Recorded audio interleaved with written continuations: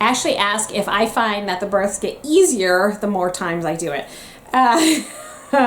I think you have a realistic expectation of what's going to happen, but again, every birth is so different. So you guys have watched Grace's birth. If you haven't seen it, I'll put the link in the description below. Grace's birth was quick. It was relatively easy. She was a small baby, and she just kind of came right out. And then if you watch Lillian's birth, you know that she was my biggest baby so far at that time. She also was born with her hand up next to her face, and her elbow went over to her other shoulder. So in essence, she was giving herself a chokehold. Again, big baby, not exactly positioned the greatest. Again, you can't control hands where they're going to put their hands when they're coming down.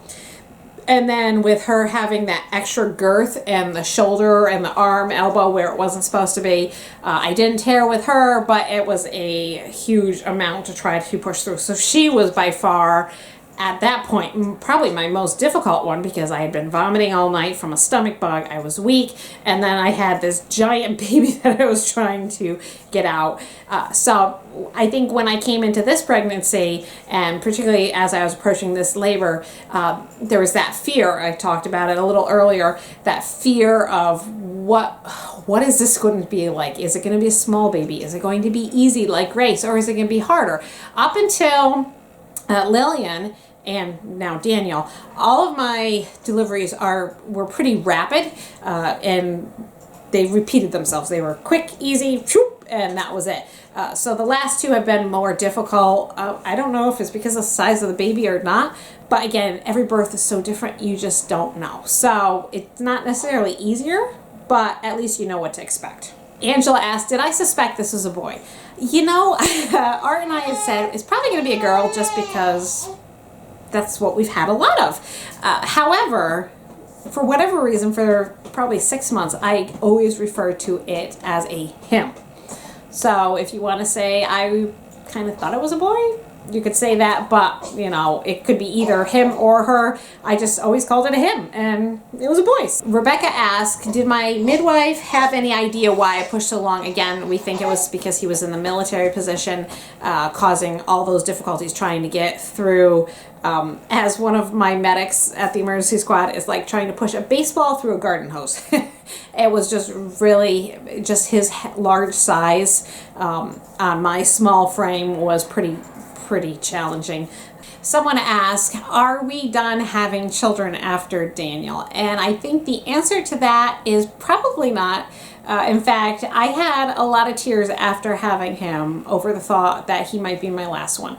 And I say that he might be my last one just because of my age. I'm almost 36, and in our family we have a history of early menopause. So the reality is I probably don't have that many childbearing years left. I'm probably not going to be one of those women who get pregnant when they're 45 or 50.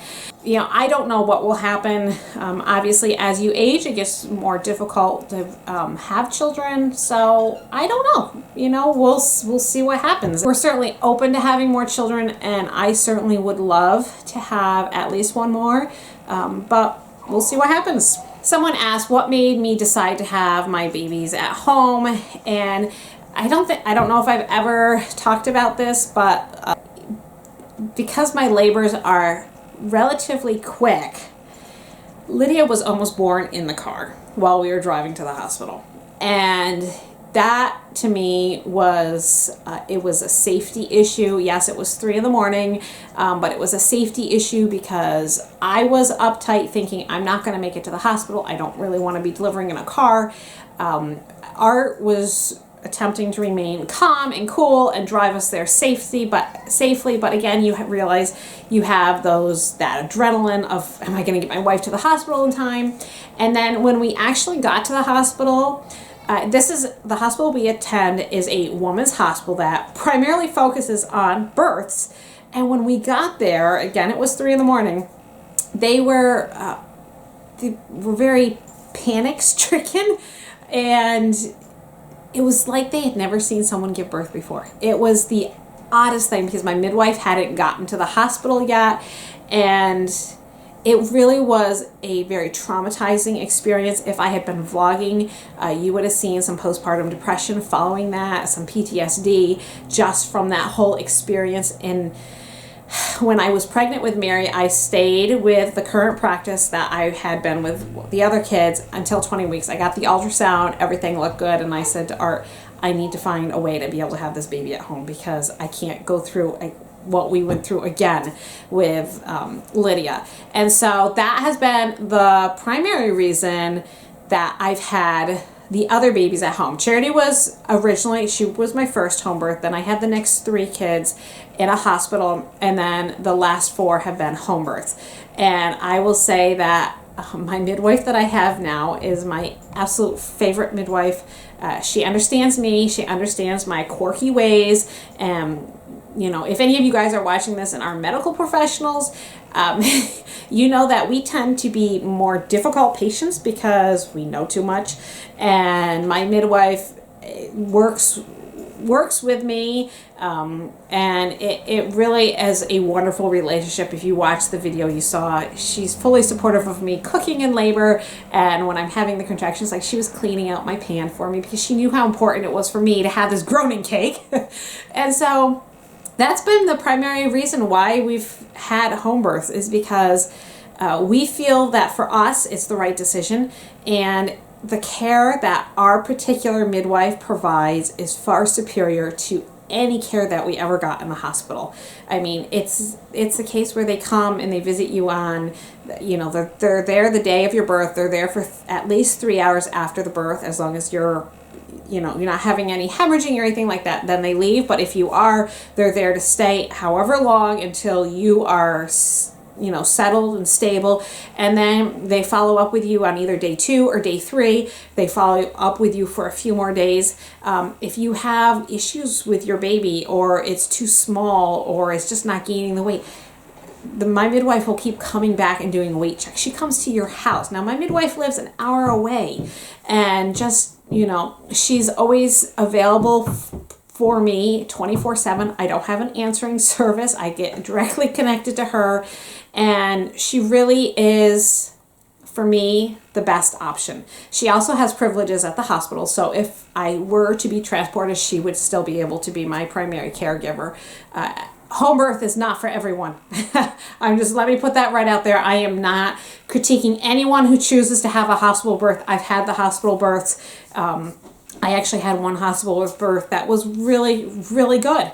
But generally for me, safety-wise, being home is just the best place. And I can't make a groaning cake in a hospital. They won't give me access to their kitchen. Someone asked if the recovery has been more difficult with Daniel than some of my other ones. No, I don't think it's been. In fact, the 24 hours after I had Daniel were so much less pain with the afterbirth pains than my other kids. And I don't know the reason on that. I really felt really, really good with him. Recovery-wise, I'm only 3 weeks postpartum, so I don't want to say I'm healed or anything like that, but it has not been bad. Just your traditional pregnancy, complaints or postpartum complaints. But generally, I have not had a bad recovery with him. You would think, being his large size. The biggest difficulty would probably be my back. Again, I was pushing for a long time on a wood floor, but having the back problems early in pregnancy just didn't help.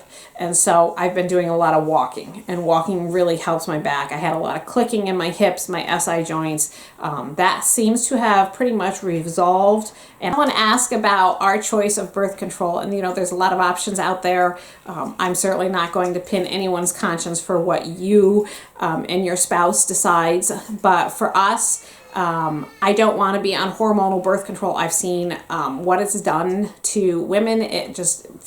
I am a very sensitive person physically, and anything that I put in me hormonally would probably mess me up beyond belief. So our choice of, if you want to call it birth control, is natural family planning. I know it's not 100% successful. We've been doing that since right after I had Charity, and I have to say I know my body pretty well. And again, I'm not going to pin anyone's conscience for how they choose to do birth control, but that's what we choose, natural family planning, and it works very well. Obviously, it works really well. You're funny.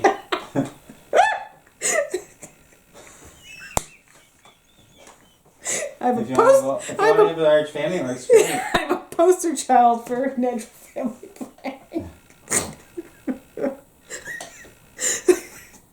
Oh, the things that just happened.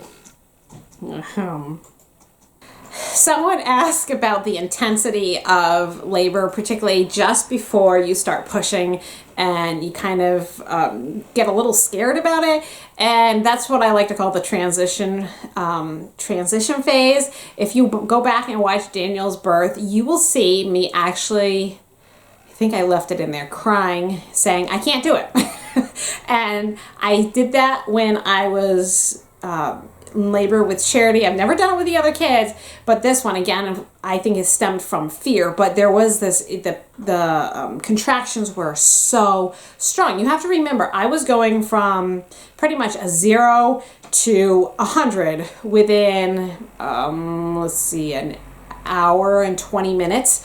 So that's a lot for your body to go from nothing to full blown labor with such intense contractions. And when I was crying and I said to Art and my mom, I don't think I can do this, I wasn't thinking, oh, I'm in transition. Going back and watching the video, I'm like, I'm totally in transition, because you get that funky brain. You feel like you can't do it. And you totally can. It doesn't have to make sense to your brain, but you just really feel like you're stuck in this pain forever, which is not logical. And I think maybe I had 3 contractions, if that. And then my water broke and I started pushing. And then that pain and that mindset is gone. It's like, oh, now I'm on to the next step where this baby's going to be born. Somebody asked who filmed the birth. Charity filmed. Someone else also asked, how is Art's hand? Art, you didn't have any recurring problems with your hand, right? No, nothing permanent. Nothing permanent. I felt really, really bad squeezing the living daylights out of his hand. That was that transition phase where the contractions were right on top of each other, and they were intense, like unbelievably intense. And I really did not want to scream, groan, anything like that. And so the way I handled it was by squeezing his hand. And I don't know, I'm glad I didn't break any bones, but it definitely was, I was squeezing really hard, so he's good. Someone asked, do we have our children fully vaccinated from birth on? The answer is yes, we do a delayed vaccination schedule, just because I know how my body is sensitive to vaccines and things like that. So we do a reduced schedule. They get all of their vaccines, but just at a slower pace. Someone asked, how do I handle the pain? Well, this time I handled it by squeezing Art's hand really hard. I think if you can put yourself in a good place mentally and know that the pain is short-lived and it's not going to last forever, you can deal with each contraction as it comes until you hit transition, and then you get that funky brain. But to me, like having contractions when I was downstairs in the kitchen cooking, those don't drive me crazy. They hurt. Just get through it. You're fine. I keep going. It's not until I hit transition that I'm really totally incapacitated. And again, I think that's why home birth works so well for me, is because I have no desire to be in the hospital, even if I'm having contractions 2 or 3 minutes apart. If they're not those really awful transition type contractions, I'm perfectly fine staying home. I'll clean the house. I will cook. That's just how I am. That's how I handle the pain. It keeps my mind distracted. When I was pregnant with Grace, I think you saw me playing Skip-O. I loved playing Skip-O when I was in labor, right up until the very end. In fact, it wasn't until I started pushing that I finally said, okay, we got to stop playing Skippo because I have to get this baby out of here. So that's how I handle the pain. I know everyone's different. Everyone has different pain levels. I would say that I probably have a very high tolerance for pain. And, you know, the contractions don't bother me until the very, very end. And then you get that funky brain. I will hopefully be doing a birth story video for you guys where I will just tell you all of my thoughts about the whole process and the video and everything that you saw. Thanks so much for asking those questions. I hope that gives you a little bit better insight to, you know, the birth of Daniel. And be sure to subscribe because we're going to be raising this little boy along with our other children. We'd love to have you come along. Please be sure to subscribe, and we'll see you for our next video.